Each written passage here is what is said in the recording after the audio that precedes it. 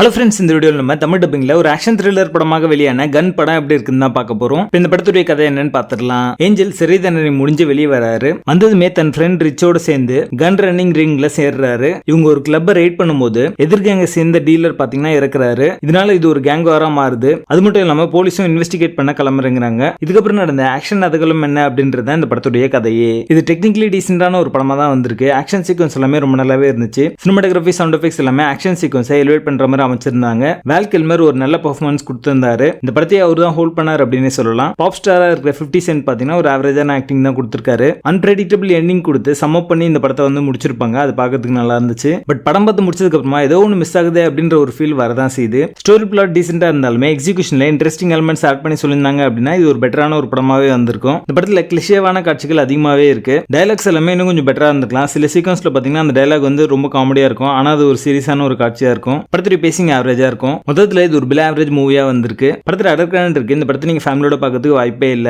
கன் படத்துக்கு எங்களோட rating 4 out of 10.